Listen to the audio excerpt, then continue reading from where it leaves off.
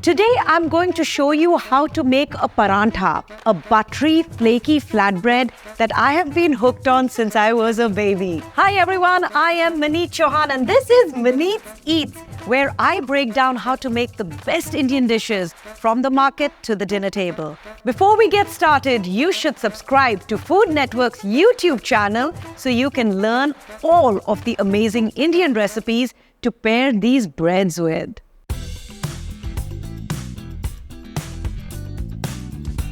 We are here at our local Indian store buying ingredients for parantha. Now, parantha are Indian flatbreads, the most important ingredient being the whole wheat flour or atta. It is finely ground and it has a lot more gluten and a beautiful roasted flavor to it. Now, traditionally in India, paranthas are served with achars. Achars are Indian pickles. I am going to choose 3 of my favorite ones with different flavor profiles. So right over here, we have a green chili pickle. It's spicy and tart. Then I have a sweet mango pickle. So it has a little bit of sweetness to it. Absolutely delicious. And finally, a mixed vegetable pickle. This has different vegetables in it, and there is this amazing amount of spice which goes very well with the creaminess of the paranthas. Let's go ahead and make some paranthas.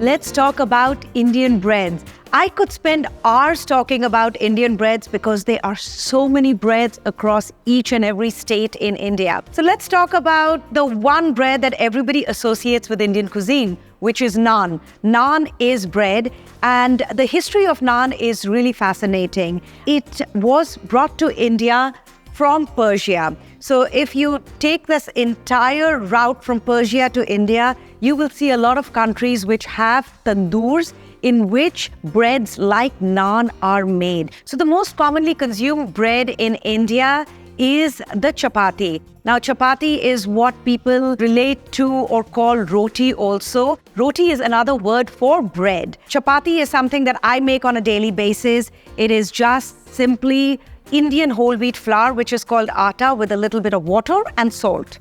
And that is it. The other bread which is popular in India is dosas. Now, dosas are gluten-free breads made of fermented rice and lentils. It's got this lovely tart flavor to it, and it's very prevalent in southern India, and it is cooked on a griddle. So you can see the beautiful fermentation bubbles on it when you go ahead and cook it. And then there are a lot of different flours that you get in India, from millet to corn, and they are breads which are made with almost all of these flours. This right over here is a makai roti, which is made with corn, prevalent in Punjab, which is in northern India, and usually eaten with saag paneer. But what I am excited to talk to you about today is parantha, which can be made in a lot of different forms. Either you go ahead and fold it in different ways, or stuff it with seasonal stuffing. Using an atta is a very important step. Whole wheat flour that you get in the regular stores will not have the same effect because the atta right over here is finer. I'm going to add some salt to this. A lot of people, they add oil at this time because they want the dough to be softer. I don't add oil because I like a little bit of crispiness, crunchiness on the exterior of the parantha, and this can also be used as a chapati dough. So in this, I am going to go ahead and add some water. So what you're looking for is not a stiff dough. It is going to be a nice, soft dough. One of my favorite memories of growing up in India used to be on Sunday mornings. I would get up to the sound of hearing my mom making some fresh butter. It used to be a churner, and her rings would be hitting the wooden churner, and I would get up to the tuck, tuck, tuck, tuck sound. And as soon as I would hear that, I'm like, aloo paranthas for brunch. Once this comes together, we are going to cover it with a wet kitchen towel and let it rest for around 30 minutes or so. So the first filling that we are going to be making for the parantha is a carrot filling. This is one of my favorite fillings because carrots were only available during the winters in India. So every time the carrots came to the market, we would make everything with carrots. Peel some carrots and grate them. The fun part is that the carrots that we got during the winters in India were red carrots. so they were sweeter. Now, I like white onions because they are sweeter. If you have fresh spring onions, they are delicious. And the best way to chop an onion is make sure that you keep the root intact. Couple of slits into the carrot mixture it goes. Put some Thai chili peppers in it. If you don't want it as spicy, you can use jalapenos or skip the chilies altogether. Next goes in cilantro. We are going to do ginger. We will peel the ginger with a spoon and then microplane it or grate it. I'll keep a little bit aside for the pea filling and then put more in our carrot filling. Next, we are going to go ahead and add the spices to it. So salt, little bit of the chaat masala. Chaat translated from Hindi means to lick.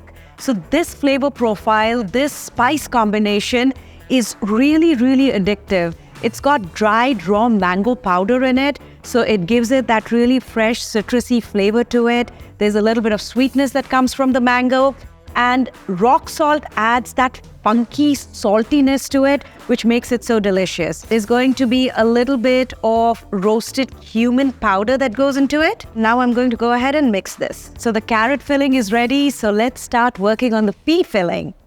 We've got peas, and this is a really spicy filling. So it's got a lot of different spices to it, not necessarily hot, but there is the smoky spice, there is the grassy. So there is a lot of that going on. So let's start by heating some oil in a pan. We're going to wait for the oil to heat, and then we are going to add some cumin seeds. So the cumin seeds have started crackling. This is the time you go ahead and add the ginger to it. Some salt goes in, some Kashmiri red chili, some garam masala, some chaat masala. There is coriander powder and some kasuri methi. Go ahead and mix all of this and then add the frozen peas to it, which have been thawed. Now, while you're mixing it, you can go ahead and smash some of the peas. Okay, now this is done. I am going to keep it aside, let it cool, and grab my dough. So our dough has been resting for around 30 minutes. What we will do is we will take a little bit of the dough and have some bench flour, some atta on the side. Take a little bit of the dough, put it in the atta or the bench flour, and then roll it out. So we are going to be making a small circle. It has to still be thick, not too thin. Now we are going to put the stuffing in it, almost like making a pouch. Place the filling in the center of this circle. Once this is done, let's go ahead and make the pouch. It's almost like making a dumpling. Bring everything to the center. Pinch it together. Now what I like to do is the extra dough which is on the top, I go ahead and break it off because I do not want that bite to be just dough. Now this is Indian flatbread. This is as rustic as it gets. When you're rolling it out, if you see some pieces of carrots, that's exactly what you want. Keep putting flour on it as you are rolling it out. The trick is that the amount of dough to the filling ratio needs to be equal. Now I'm going to dust off the rest of the flour. I have a hot griddle right over here. You can use a saute pan. The trick is to cook this really, really slowly. You cook it without any oil. Once it starts cooking, we'll start putting oil on top of it and cooking it till it's nice and crispy. You start seeing some bubbles forming right on top. That's the time you know that the bottom part of the parantha has been cooked. You turn it over, put some oil on it. You can already hear how crispy it is. Turn it over. Some more oil. So look at how gorgeous this looks. Your parantha is ready. Okay, now let's make the pea parantha. It is the exact same process. Take a little bit of the dough, put it in some flour, press that in, Roll it out, stuff it with the pea stuffing, form a pouch out of it, squeeze it shut from the top, the excess dough comes out, put it in some more dry flour and roll it out. Let's go ahead and cook it. These take around 2 to 3 minutes on each side to be cooked fully. What you're looking for are these beautiful golden brown specks on it. That's the time that you know that the dough has been cooked through and through. Now, we have spoken about stuffed parathas, but parathas are usually layered, folded breads. So while we are here, let me show you a couple of different ways to make plain parathas or seasoned parathas. So take some of this, roll this out. Once this is nice and thin, we go ahead and put some oil on top of this. Spread it evenly and then put a little bit of the dry atta on this. Next, we're going to be making a triangle out of this. As a kid, whenever my mom would ask what was the paratha I wanted to eat, I would always say the triangle paratha. And this is it. Now you go ahead and roll it out, make it nice and thin.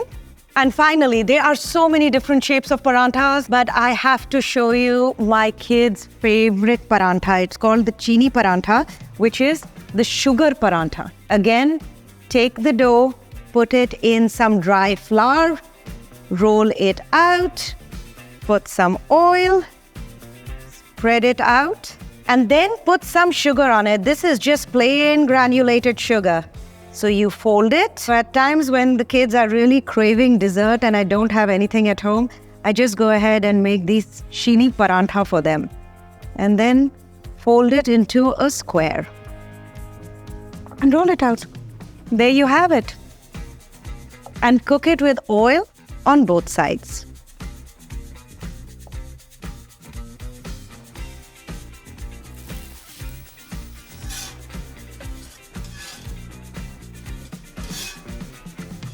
And there you have it.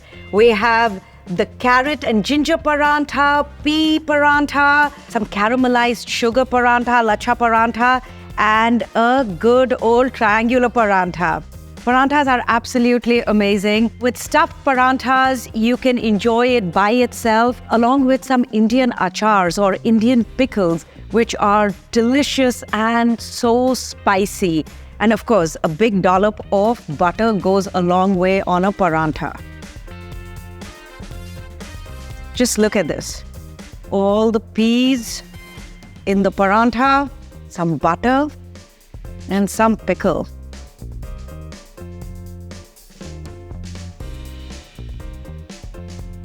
Parathas are a meal in itself.